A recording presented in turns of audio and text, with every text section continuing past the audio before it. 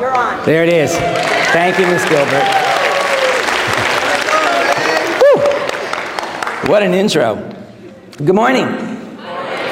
I'm going to begin today's presentation by begging your indulgence. I don't know how much Miss Gilbert told you about me, but I was diagnosed with a neurological condition, I guess about 4 years ago.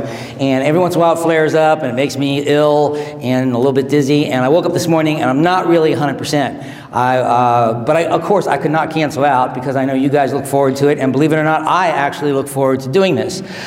This is the only high school I've ever spoken to. Miss Gilbert, I guess, for 2 years was at a different high school, but this is the only school I talk to. I don't really do high schools. My ballywhack is corporate presentations. I work with a lot of the big insurance companies and some of the big IT firms, and the presentation that I do is called The Subconscious Aspects of Business. And every year, again, Miss Gilbert and I were talking for a few minutes beforehand, trying to figure out if this was the 13th or the 14th year that I had given presentations for her schools. So I've done quite a few of these, and every year I try to make it a little bit different. I try to put together a presentation that I think is relevant to what you guys are doing, and I've tried to change it as much as I can. And this year I'd like to do something really quite different. I would like to do a Socratic approach to teaching. Do any of you not know what a Socratic teaching method is? Socrates, the famous Greek philosopher who said, "I just drink what?" Socrates, the Socratic method is question and answer. He would have his students say, "Master, do you think the world is round?" And his answer would be, "I don't know, what do you think?" And he would try to get them to evoke from them their opinions and make them think and work out problems on their own. So the way I'd like to handle today's presentation is to give you sort of a foundation of what I think hypnosis is, and then spend the rest of the talk part of what I do getting questions and answers from you. Being advanced placement psych students, and if you don't mind me asking, how many of you folks hope to make a career out of psychology or a social worker or psychiatry, somewhere working with people in therapy? Beautiful.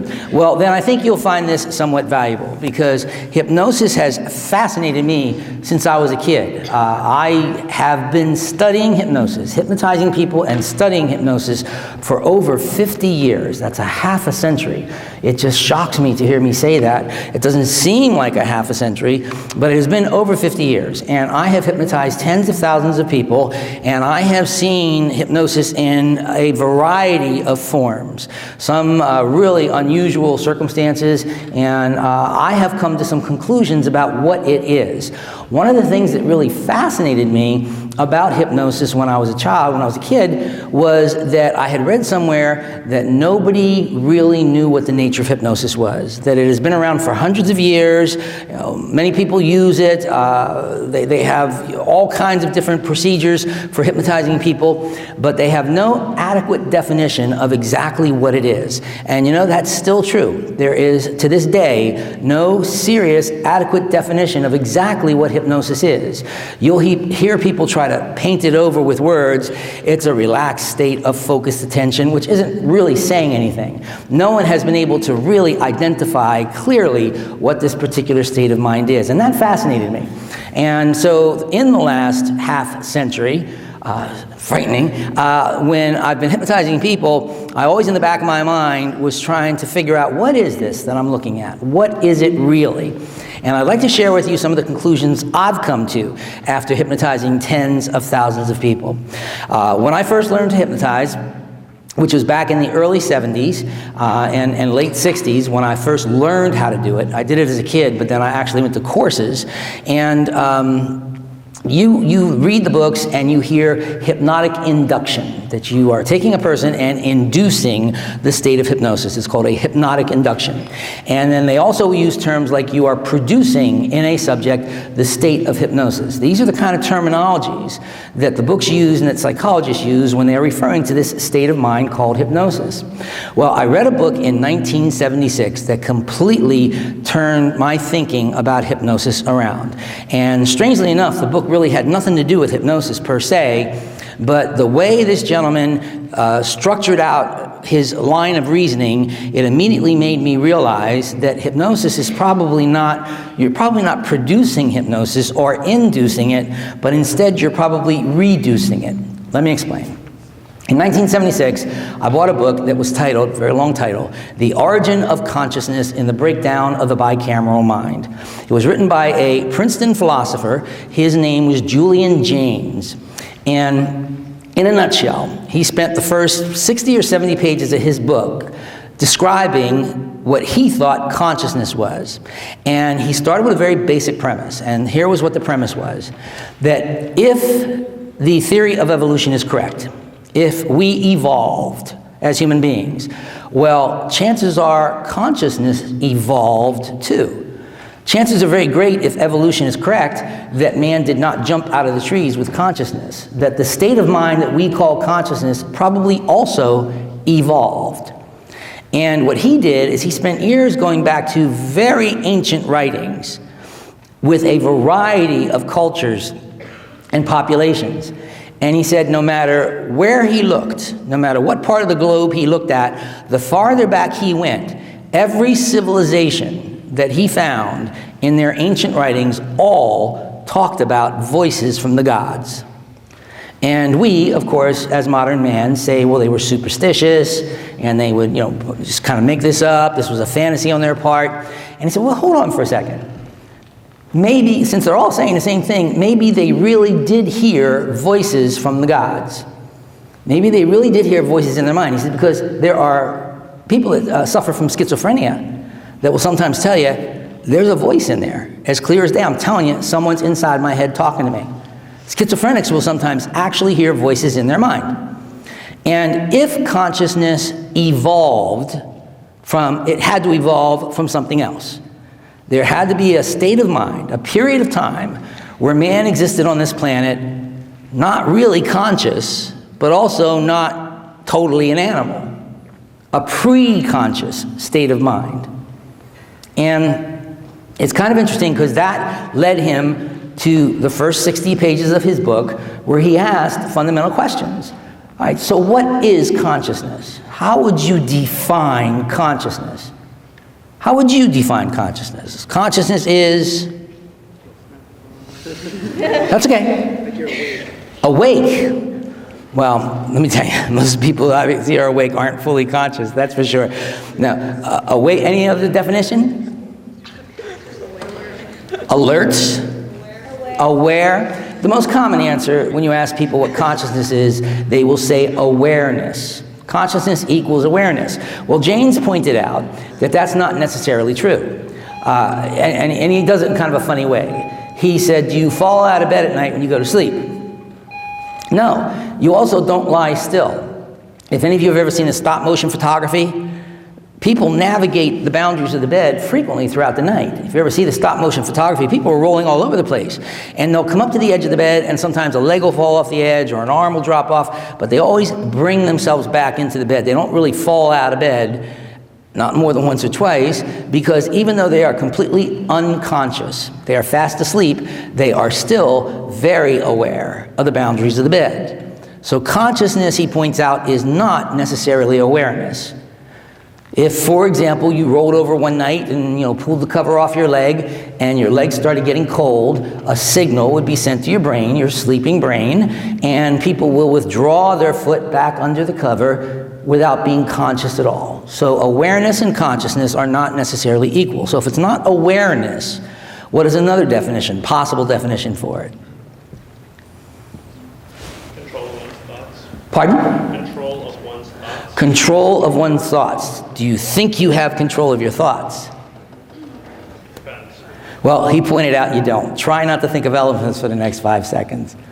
Dun, dun, dun, dun, dun. You can't. You really have much less control of your thoughts than you think you do. Or, put another way, while you're listening to me right now, you're completely unaware of what your left foot feels like. But now you're extremely aware of what your left foot feels like, and there's not a thing you can do about that. There's not a thing you can do to stop that from happening. So it's not really controlling your thoughts. Not only that, some people say consciousness equals thinking. And Jaynes was brilliant. Back in 1976, he pointed out that most of your thinking is an unconscious or a subconscious process. He said, for example, have you ever tried to solve a problem and it drives you crazy? You just can't come up with the answer, so you kind of leave it. I'll figure this out later. And you're out mowing the lawn or doing some yard work or something completely unrelated to solving the problem, and the solution to the problem pops into your head full blown. Who solved that problem? He pointed out most of your thinking is taking place at a subconscious level. And in fact, just in the last 3 or 4 years, a number of MRI studies have confirmed that most of your decision making takes place before you are conscious of it. When they put people in MRI machines and they have them do decision-making tasks, they find that the decision is being made in their brain before they even think that that's the decision I'm going to make. So most of your thinking is entirely an unconscious process. He also pointed out it's not continuous. Most people feel, and I think that relates back to what you were saying, that if I'm awake, I'm conscious. Most people feel, for example, most of you in the room feel that I have been conscious since I woke up this morning. That's what most people will tell you. But the fact of the matter is you're not. Most of you, I presume, are old enough to drive a car, yes or no? Even at your young age, how many of you have ever driven past your exit on a freeway, gotten so wrapped up in what you're thinking that you drive right past your exit on I-95? Now, were you fully conscious when you did that? Here you are doing something immensely complex. Driving an automobile is a very complex task. It would take you years to train a chimpanzee to drive an automobile in a straight line, and you can drive all over town without even being conscious of it. You ever pull into the driveway at the end of the day, shut off the ignition, and seriously have to ask yourself, how did I get here? That's one part of your brain operating completely independent of the other part. You are not continuously conscious. In fact, I'm going to give you a little assignment, a little homework to do. Just for the next 24 hours, when you are engaged in conversation with anybody, myself included, I do this myself. If you're engaged in conversation with someone, keep an eye on their eye movements. Watch their eye movements and ask yourself in the back of your mind while you're talking to these people, how much of the time I'm talking to this person, are they really listening to what I'm saying? Are they here, in the here and now, fully conscious? And how much time are they somewhere else? And if you simply observe people while you communicate with them, you'll see them lose it, get it back again, drift in and out of the conversation, stare off into space. Daydreaming is the most common example of that. You look around the room, we're in a classroom, and the teacher's going 90 miles an hour, but the person is sitting back there, totally out of the room. In their mind, they are somewhere else entirely. You are not continuously conscious. You drift in and out of conscious and unconscious states thousands of times a day. So James lays out this case very, very systematically, that your conscious mind plays a much smaller part in your existence than you've been led to believe. That most of the action takes place at that unconscious or subconscious level. And he thinks that was what human beings at one time existed as, primarily trance-like creatures. Very suggestible, very simple in their form of thinking, and they were literally hearing voices from the gods. They thought they were from the gods, but they were voices in his bicameral mind. His theory is that the left hemisphere, as it evolved speech capability, began talking to and communicating with the right hemisphere, directing that organism on how to behave, how to go look for food, how to get things done, and that was essentially the pre-conscious state. And as soon as I read that, it twisted my thinking around in terms of what I was dealing with hypnosis. And I began to realize that when I'm hypnotizing people, I'm not really producing a hypnotic trance, I'm reducing to a hypnotic trance. I think that state of hypnosis, that state that we call hypnosis, that state that is called a trance, is there all the time. It's right below the surface. It's coming out frequently just when you talk to people. They drift in and out, they stare off into space, they daydream, they drive past their exits. It's there all the time.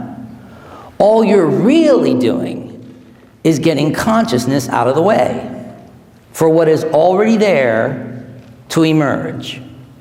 And once I looked at it like that, strangely enough, it made it incredibly easy for me to hypnotize people. Because I recall, prior to that, I was always thinking that somehow I'm making something. I'm producing a hypnotic state, and it was almost like work. in terms of doing the induction. And as soon as I realized that I don't have to work at it, all I got to do is bring out what's already there. All I got to do is tease it out. And as soon as I looked at hypnosis like that, that's where you see these dramatic inductions I do. Some of the things you may have seen on video, on YouTube or whatever, that's simply because of the way I'm looking at things. My perception of hypnosis changed. And then it took another change. When I was in graduate school, right down the street here at FAU, I was in a master's program for 2 years, and my neurobiology teacher was a man named Dr. Dave Bjorklund. He had been a postdoctoral student up at the University of Pennsylvania studying a theory called mutual inhibition. I'm not sure how far that theory went, but the theory of mutual inhibition, again, transformed my way of looking at hypnosis. Mutual inhibition, talking about nerve cells and nervous systems. And I don't know how much study you've done in psychology about nerve cells, but sooner or later you're going to be taught and learn that nervous systems never exist in isolation. They're always connected to other nerve cells. There's no system that is all by itself. They're always connected to others. It's always a system where they're connected and interconnected. For example, when you go to sleep at night, it kind of looks like you're turning something off, doesn't it? You have a person that's active and alert, moving around, mobile, and all of a sudden their eyes are closed and they're asleep. Looks like you're turning something off. Fact of the matter is, going to sleep is very much turning something on. You have competing nervous systems. One activates you, the other puts you to sleep. And they're balanced by neurotransmitters. And the transmitter that switches this system, sleep and being awake, is serotonin. You add serotonin in the right place in the brain, the switch takes place, and what the sleep system does is it inhibits the wake system. Put norepinephrine in, the wake system inhibits the sleep system, mutually inhibiting systems. When one's on, it's inhibiting the other one. When that switch is on, it's inhibiting the other one. Mutual inhibition. And this was kind of discovered with a series of animal experiments. They would take a rat, for example, go to its hypothalamus, and they would lesion the left lateral hypothalamus. When the rat recovered, they would become polydipsic. They would drink continuously without interruption until literally their stomachs exploded. Polydipsic. They had no control over their drinking because that part of their brain had been damaged.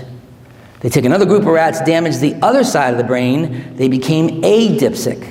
Wouldn't drink until they died from lack of water. Damage one system, keep those mutual inhibitions, interrupt that mutually inhibiting system. They overdrink, they don't drink at all. Same thing happened with food, same thing happened in the amygdala with aggression, mutually inhibiting systems. So, what consciousness really tends to do is inhibit the unconscious mind from coming out. When we, as humans, have the largest brain, body-to-brain ratio of any animal on the planet, when you think of a very large brain, you think that you're adding something, right? More brain matter, you're adding something. In fact, you're subtracting something. Bad example, but if you took a chicken, chopped the head off of a chicken, what's it do? Runs around like without a chicken without a head on, right? Doesn't roll over and die. Once you separate the brain from the body, that chicken tears around until it doesn't have any blood left and dies. The brain is a huge inhibitor. For me to decide to take my right hand, reach into my vest, and to pull out this pen is a very deliberate, very conscious, very fine motor control action. It's also an incredibly inhibited action. If any of you have ever been unfortunate enough to see a person experiencing a grand mal seizure, where the brain is temporarily misfunctioned, that person's body is firing, all the cells are firing at once. They will swallow their tongue, their arms will flail, their muscles in their legs will go in all different directions. They've temporarily lost control of their body. So when I develop fine motor control and decide to very deliberately do something, it looks like I'm adding something, but what I'm really doing is subtracting things. And the higher up you go in mental functions, the more inhibition there is. Okay, now what does that mean? That means that consciousness is primarily an inhibitory function, and it has some side effects. First of all, it has some positive side effects. Obviously, fine motor control, language. I think use it to be able to control your thinking, right, is a very deliberate, very conscious statement. And to be able to control your thinking, or at least feel like you're controlling your thinking, to control the words that come out of your mouth. Very inhibitory, very conscious, very deliberate. That's some of the good stuff. There's a flip side to that, however. The more conscious you become of something, by definition, the more inhibited you become. Let me give you an example. I'm going to ask you a question. What do you see? Me? Yes, what do you see? Your hand in the black jacket. My hand in the black jacket. What do you see, sir? Your hand in the black jacket. Hand in a black jacket. What do you see, sir? You looking at me, empty stage, empty chairs, your hand. See, now, of all the three of you, this man reported more of what he's seeing than anybody else. I made you conscious of what I was doing. I made a big deal about, okay, what do you see? So I drew your attention to my hand. I want you to go back mentally, just a few seconds ago, and be honest with yourself. What were you really seeing? And most of you were just seeing the hand in the jacket. You weren't seeing the chairs, you weren't seeing the drapes, you weren't seeing that lectern, you weren't seeing the edge of this stage. Now mind you, all that was getting into your brain. All that was being recorded. But all you were conscious of is what I made a big deal about trying to get you to pay attention to. And so you inhibited everything else. Got it? So when you get to that, that's what consciousness does. It inhibits you. And here's how it affects you in life and in business. You tell a business person in sales, you could double your amount of sales next year if you just put your mind to it. And I see this all the time. Sales, nah, I really can't. The economy's not that good, or I'm just not that talented, or the product just isn't selling that well. Take a person and hypnotize them. Say you can sell twice as much. They run around out there and sell twice as much. I can tell you, would you stand up and sing me a song? I can't sing. I got a terrible voice. Hypnotize a person. Sing me a song. They jump up and they sing their heart out. You'd think they were professional singers. Tell me a joke. I'm not a good joke teller. Hypnotize them. You're a Richard Pryor. They'll stand up there. They'll have you in stitches. You think they were professional comedians because they're no longer inhibited.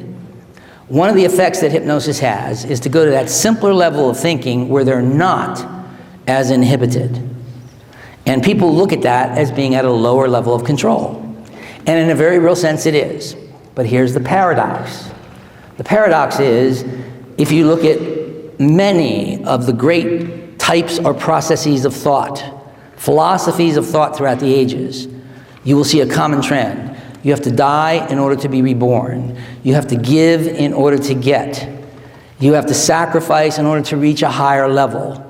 There's a consistent trend in philosophical thought about kind of losing control, going to a lower level to ultimately end up at a higher level. So when I was a hypnotherapist and people would come to me to stop smoking, they were extremely conscious of their smoking habit. I hate this. I started smoking as a kid and now I can't stop. I'm addicted. It's a bad habit, but I don't like it. I really want to stop, and I've tried everything under the sun and I just can't seem to be able to stop. Would you please help me? So if they were decent hypnotic subjects, you'd hypnotize them and say, visualize yourself going through the day not smoking, driving your car, not needing a cigarette, getting upset or nervous and not grabbing a cigarette. You would implant an idea in their mind of them in control of the smoking habit. And once they could see themselves, once you changed their perspective, they would be able to stop. Perspective trumps reality every time. Perspective trumps reality almost every single time.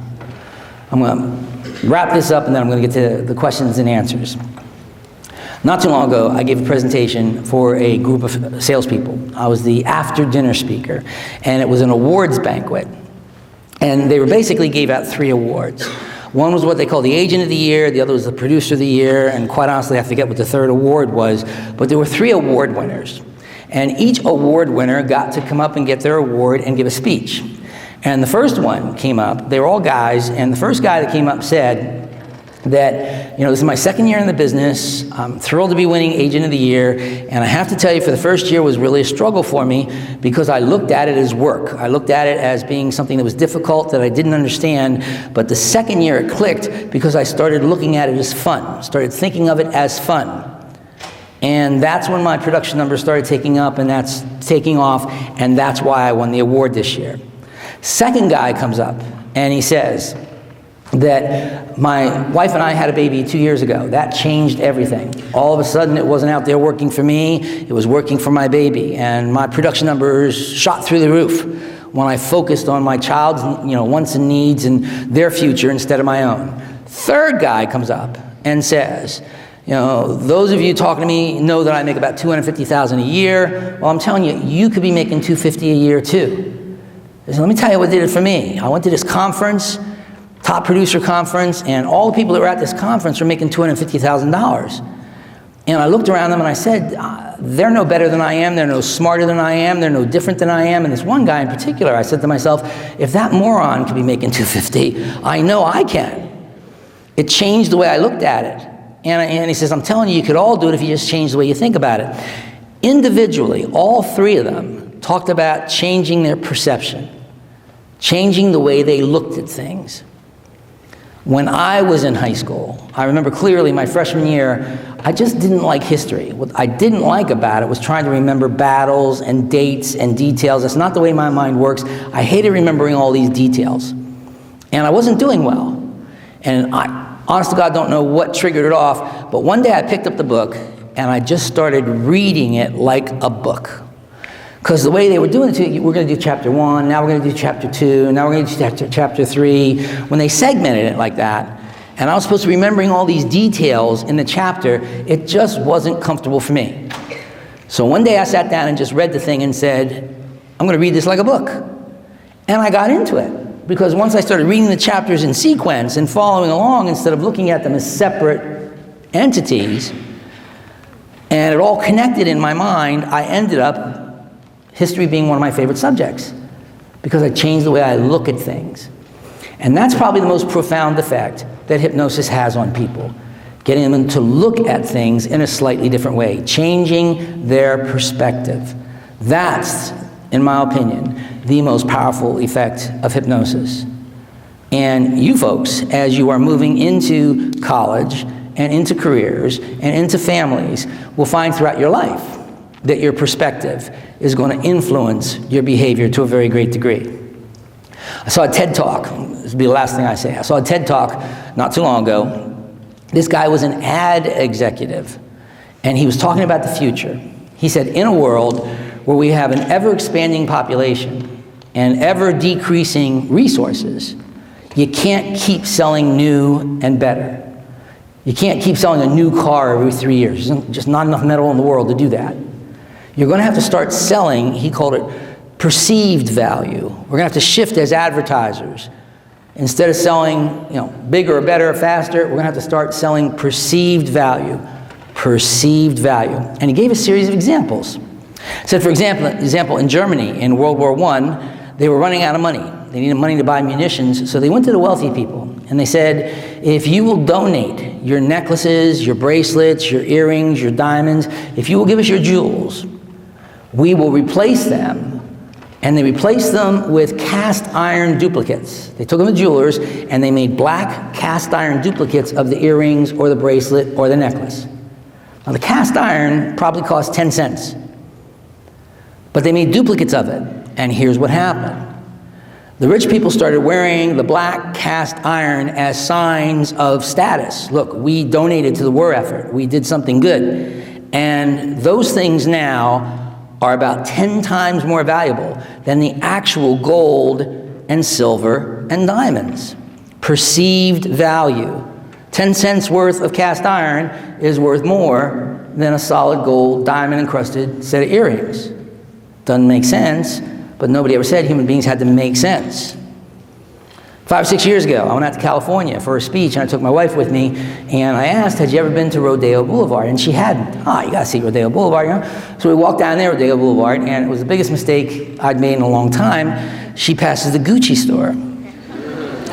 Big mistake. So she runs into the Gucci store, picks up, I just love this handbag. Okay, hon, you know, I'll buy you a handbag. I pick up, it was $600.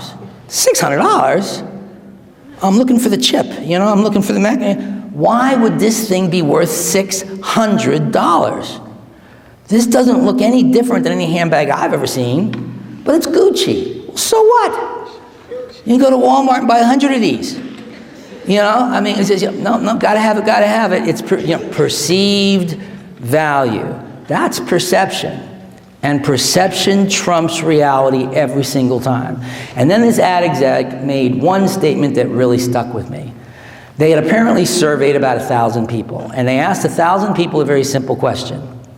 Would you rather be someone who makes $500,000 a year, living in a neighborhood that's filled with people making $250,000 a year, or would you rather be a person that makes $1 million a year, living in a neighborhood filled with billionaires?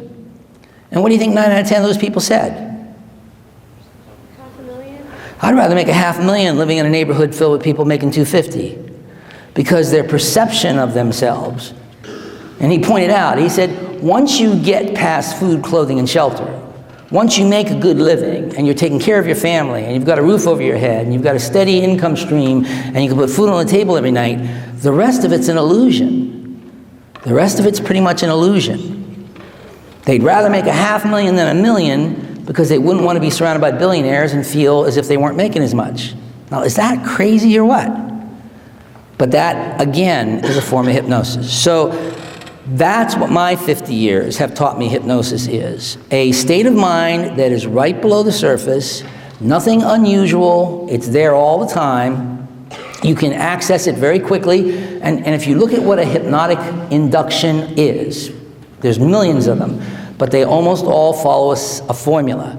Pick a spot and look at it. So instead of the mind wandering all over the place, you have now inhibited their eye movements. Take a few deep breaths. Instead of them thinking about, what they're going to have for dinner, you've now got their attention focused and inhibited. Any good hypnotic induction is going to inhibit their thinking, make it more and more and more focused, and out pops what was there all along. That's what I have to say about hypnosis. I don't know what they're teaching you in your books, and it's probably one of those descriptions I gave you, a state of increased relaxation and focused attention. It has nothing to do with relaxation. Relaxation is an artifact. It's a side effect of the induction. You can take an individual and give them suggestions of becoming relaxed, they become very relaxed. Take the same exact person, tell them they're stiff and rigid as a bar of steel, put them between two chairs. Trust me, they're every bit as hypnotized. They're not relaxed. They're stiff as a board. The relaxation is a side effect. It's an artifact. It has nothing to do with the hypnosis. All right, that's what I have to say about it. Your turn. You guys are the future. I want to hear about it. What questions do you have? Yes, sir. Why aren't we all susceptible to hypnosis? Well, the theory is that we all are susceptible to hypnosis to a certain degree. Do you know what the bell curve is? The normal distribution. It should be no surprise that hypnotic suggestibility follows the bell curve almost exactly. If you were to put me in front of a group of 100 people, reliably, random people, you guys aren't random, you're all teenagers, but if you put me in front of a group of random individuals, you can reliably predict that about 68% of them would be average hypnotic subjects. You would have 5 to 15% being good, very good, all the way up to about 3 or 4% that are phenomenal hypnotic subjects. And then you have another 5 to 15% that are difficult, more difficult, all the way up to about 2.14% who just can't be hypnotized.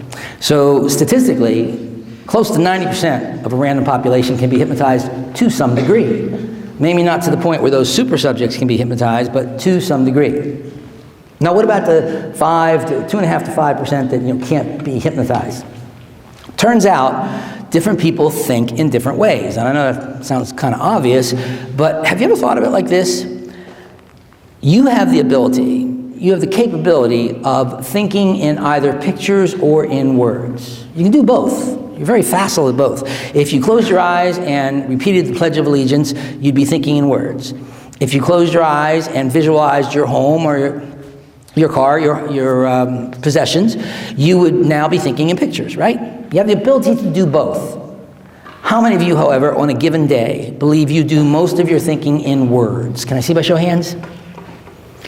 Words. How many of you think you do most of your thinking in pictures? Look around. There's a split there. So hypnosis is very visually oriented. When you see me bring people up here in a few minutes, you're going to see me giving them hypnotic suggestions. And hypnotic suggestions follow a very clear pattern.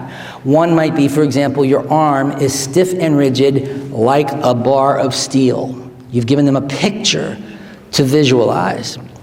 So those who think in pictures would tend, on the average, to be better hypnotic subjects than those who predominantly do their thinking in words. When I work with corporate groups, I always teach them at least two different ways of programming their mind. One is the hypnosis for the picture thinkers, but I also typically teach a second technique where I say, take your goals, script them out, get your cell phone, and verbalize your goals onto the recorder on your cell phone, and just have it playing in the background every day for 30 days. Hear your voice. Now that's words. That's a verbal approach to getting into your subconscious mind. And the people that think in words will tend to respond more powerfully to that than to the self-hypnosis. So there are differences in how people process information, and most of it's just habitual. We all have the capability of doing both, but people fall into patterns of thinking. You'll find doctors, lawyers, tend to be engineers, a bit more analytical, tend to think more in numbers, tend to look at the world in a slightly different way than the artists, the actors, the people that are very, very visually oriented. And hypnosis, as you will see if you pay attention, is very, very visually oriented. Did I answer your question? Anyone else? Yes, ma'am. How do you know if you're actually hypnotized? How do you know if you're actually hypnotized? Well, if you wake up quacking, that's, warning. It's like Robin Williams, that was his thing. How do you know if you have a drug problem? If you wake up and your nose is in the ignition and the keys are stuck somewhere, you've got a problem. How do you know? It's a common problem because another thing you are likely to see today, even extremely good hypnotic subjects will often not believe they've been hypnotized. Some people come out of hypnosis and say, I absolutely was not hypnotized. Some don't remember it. Some say, I was just playing along. And you'll say, no, we watched you. You weren't playing along. Come on, that guy was offering you $2,000 to get out of the chair. You think you're playing along for that? It's hard and it's difficult sometimes. So what a hypnotist in therapy would do is give them convincers. And since you asked that question, I'll make it a point to do a couple convincers up here. Things where it's almost undeniable. If you're not hypnotized, why can't you do this? Come on, use your head. If you're not hypnotized, why can't you do this? And some people, it takes a while for them, okay, all right, I acknowledge it. But it is difficult, and I'll tell you why. Many people think that when you're hypnotized, the Twilight Zone theme starts playing in the background, and it's, yes, master. No, it's absolutely not like that. If you recall my description, I said it's a very common state of mind, like daydreaming, like driving past your exit on a freeway. Now let's use daydreaming as an example. Your eyes are open, you know you're in the classroom, you hear the teacher talking, you're aware of the person sitting next to you, tapping their pencil, you know you're there, but mentally you are, as they say, a million miles away. So you're not unconscious, you're still fully aware of what's going on.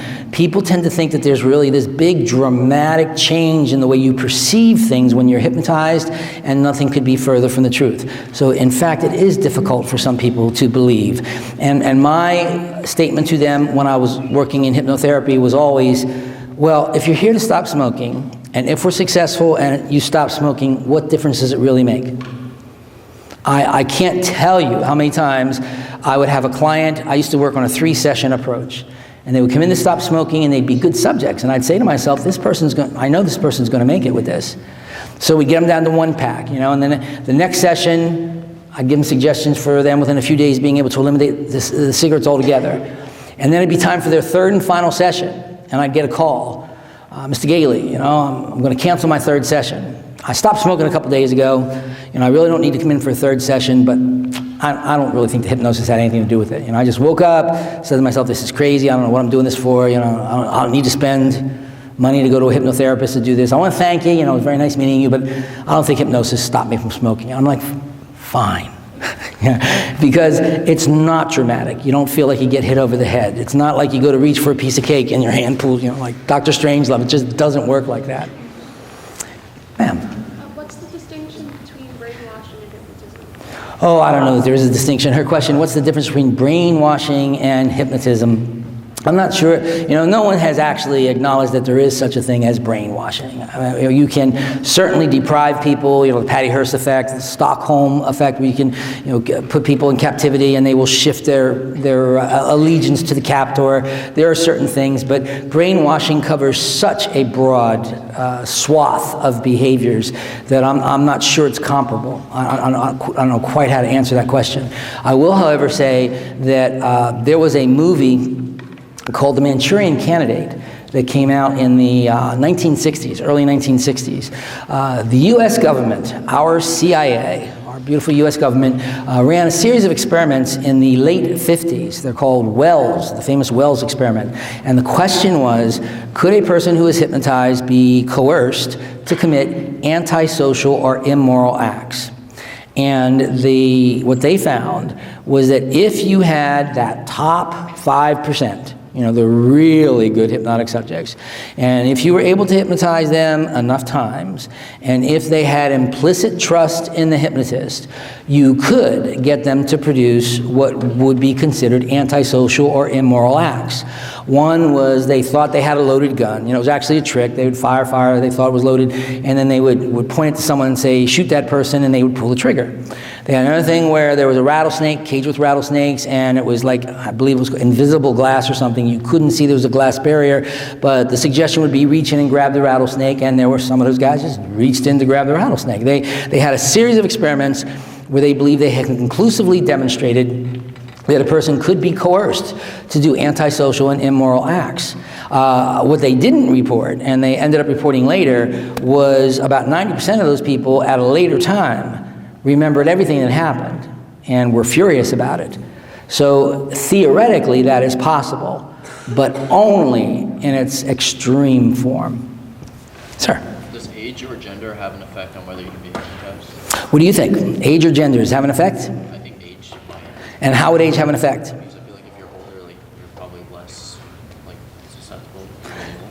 His question was, does age or gender affect your hypnotic suggestibility? And his answer was he believes age does affect. The older you are, the less likely you are to be hypnotized, and you are absolutely correct. There is no difference that we know of between gender. If you have a female hypnotist, you're likely to get more male subjects. If you have a male hypnotist, you're likely to get more female subjects. But when they neuter it, when they take a computerized voice and do hypnotic inductions, they find there's absolutely no difference between males and females in terms of hypnotic suggestibility. Yes, there is an age curve for suggestibility. Turns out it's very difficult to hypnotize a child up to around the age of 7 or 8. This goes back to Piaget's theory of reversibility. If you tell a 7 or 8-year-old, a child before 7 or 8, you're going to go into a deep sleep, they fall asleep. They have a hard time doing these metaphors, taking that image and transferring it into an action.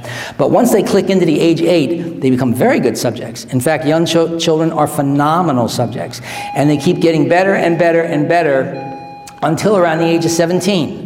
That's right, you guys are at the height of your hypnotic suggestibility, and then as they gain more and more experience and become more and more cynical, and they start closing down and becoming more and more inhibited, hypnotic suggestibility goes down until it averages out for the rest of the population at about 21 to 25. You're correct. The older a person is, if they've not ever been hypnotized in the past, theoretically it's more difficult. Old people are just rigid in their thinking. Years ago, I saw a CNN newscaster ended his broadcast. He said, I'm turning 54 tomorrow, so I'm going to stop at a drugstore and buy a different brand of toothpaste. And he pulled out this document, like 100 pages. He says, this is a new report by the Ad Council. They took 10 years to assemble this. It turns out, he says, that people past the age of 54 or 55 become so rigid in their thinking that they rarely, if ever, change a product. In other words, if they're using Colgate, they'll use Colgate for the rest of their life. So advertisers don't even try to get them to change. They'll try to sell them bigger, new, better, mint flavored, but they're not going to get them to try to go from Colgate to Crest. Because as you get older, you tend to get more and more and more and more rigid in your thinking. More and more inhibited. Yes, ma'am? Is it possible to hypnotize an animal? An animal? Yeah. Well, it depends on what you consider hypnosis. Is it possible to stroke an animal rhythmically to the point where they slow down and calm down and look like they're hypnotized? Absolutely. You can fixate a snake, as fakers in India have done. You can get a chicken fixated, but I don't think that's hypnosis. I think that's fixation of attention. I think that's a slightly different phenomenon. Yes, sir. Do you think one's mindset on hypnosis affects their susceptibility? Do I think their mindset about hypnosis affects their suggestibility? Of course, absolutely. If a person is afraid of it, if a person is unwilling, if a person is uncomfortable about it, obviously it's going to make them less suggestible. There are exceptions to that statement, however. I have on many occasions had people I invite to come forward that are clearly very good hypnotic subjects. So I'll say, would you like to come up and be hypnotized? No, absolutely not interested. Fine, And I'll bring other people up, and I do the hypnosis, and you hear the audience giggle, and you look back, and that person is out cold. And what happens? Some people are such, that 2.14%. Some people are such phenomenal subjects, they actually have difficulty controlling going into hypnosis or not. It doesn't happen often, but there are exceptions to that rule. Yes, ma'am. Does hypnosis do anything for someone with, let's say, like compromised brain functionality? Let's say someone with like a degenerative disease or something? Good question. Can hypnosis do anything for someone that has compromised brain function or a degenerative nerve disease? It can probably do something for them. Here's what it can do. It can have them have a better attitude about it. It can relax them. It can help them control pain. Does it regenerate nerves? No. You can't bring about physical changes by and large with it. If you break your arm and you are an excellent hypnotic subject and I hypnotize you and tell you that your arm is no longer broken, you may act like it's not broken. You may try to pick, but it's still broken. And so in terms of the degenerative nerve disease, there is no evidence whatsoever that it regenerates nerves. But could it do something for people? More comfortable, have better attitude. There's evidence that it speeds up the healing process with some people, and the theory is that by them being more relaxed, you ever have a cut or something and you pick at it or you think about it all the time, and you're constantly, and it takes forever to heal? So by distracting them, it kind of frees the body to heal itself, is the theory. It's not necessarily speeding up the healing process per se. What it's doing is freeing the body to do what it has the ability to do if you just get out of the way. Oh, I'm sorry. Yes, ma'am. In the back. I'll be right with you. If you hypnotize someone, could you get them to reveal their secrets or desires that they I could. No, I'm just kidding. Her question was, could you hypnotize someone to get them to reveal their secrets? Let's go back to the Wells experiment. The Wells experiment showed that if you had a group of highly suggestible individuals, through repeated sessions, you could get them to commit what would ordinarily be considered antisocial or immoral acts.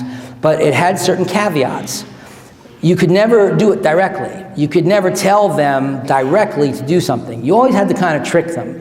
If you were the world's greatest subject, and I told you to walk up here and take your clothes off, unless you were predisposed to do that, unless you had no problem doing that under normal circumstances, you would either snap out of the hypnosis, what we call confabulate, which is make up an excuse why you can't do it. No, I'm real comfortable here, I really don't need to do it. You wouldn't do it. But if you were an extremely good subject, if you trusted me implicitly, and if I said that you are not here, that you are at home, that you've been working out in the yard all day, you're hot, you're sticky, you need a shower, and you're standing in front of the shower, would you remove your clothes to take a shower?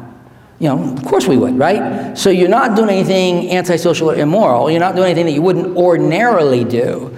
But if you happen to be doing it in front of an audience of a couple hundred people, clearly. So you can trick some people. But I also pointed out, with the Wells experience, about 90% of them remembered it at a later time.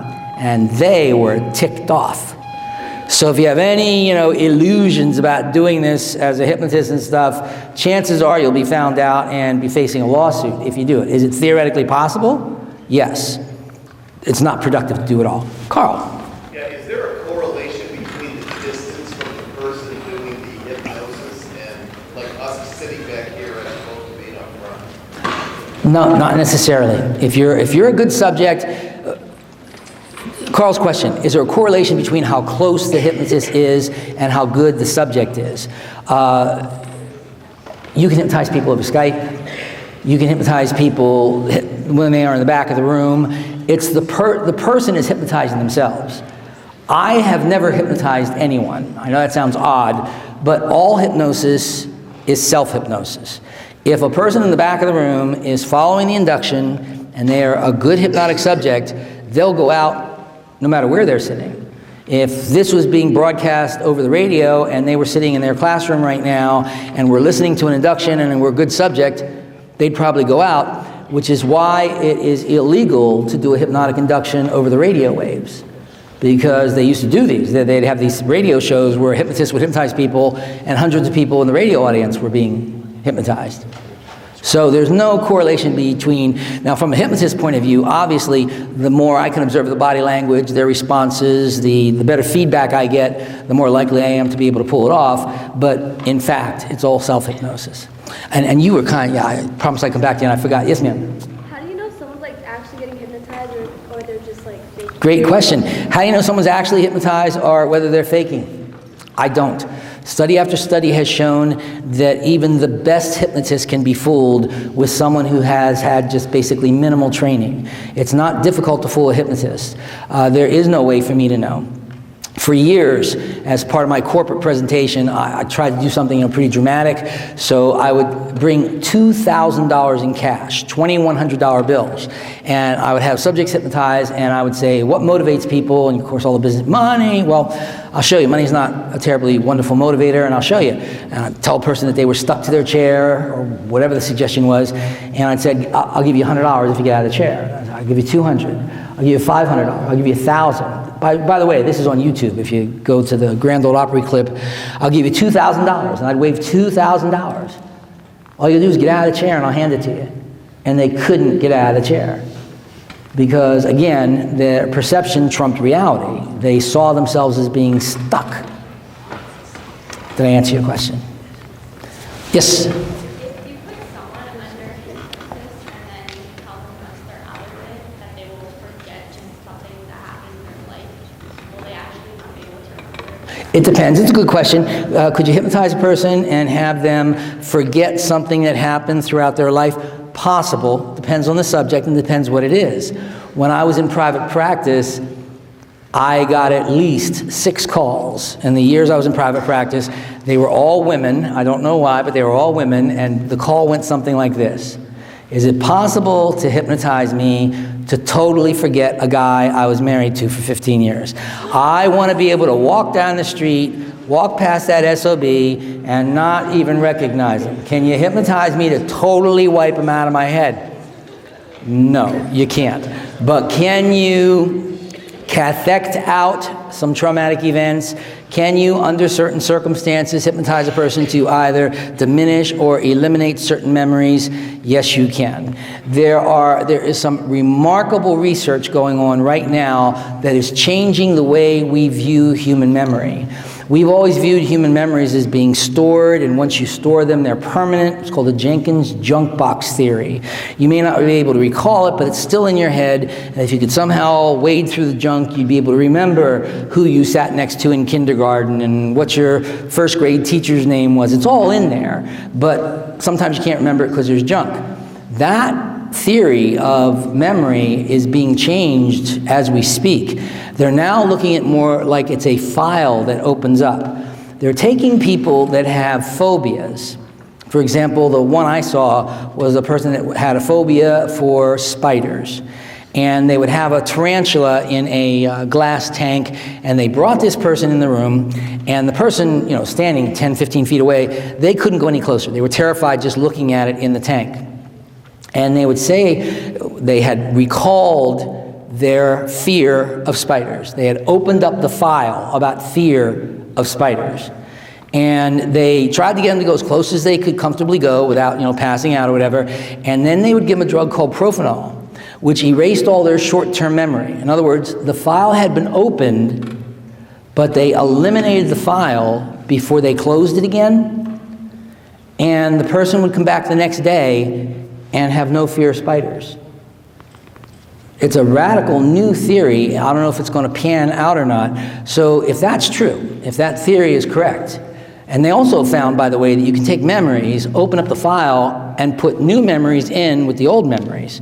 They showed quite conclusively that you can create false memories. And this is what happens with a lot of accusations of abuse, that therapists were actually indirectly suggesting to people that the abuse occurred, and they find out later the abuse never happened. It certainly didn't happen with all cases, but there were some cases where people found to be later completely innocent, but the person would swear it happened. And they did again, opening a file. When that file's open, it can be changed. If you wipe it out, you can actually eliminate it. If you alter it, you can actually change the memory.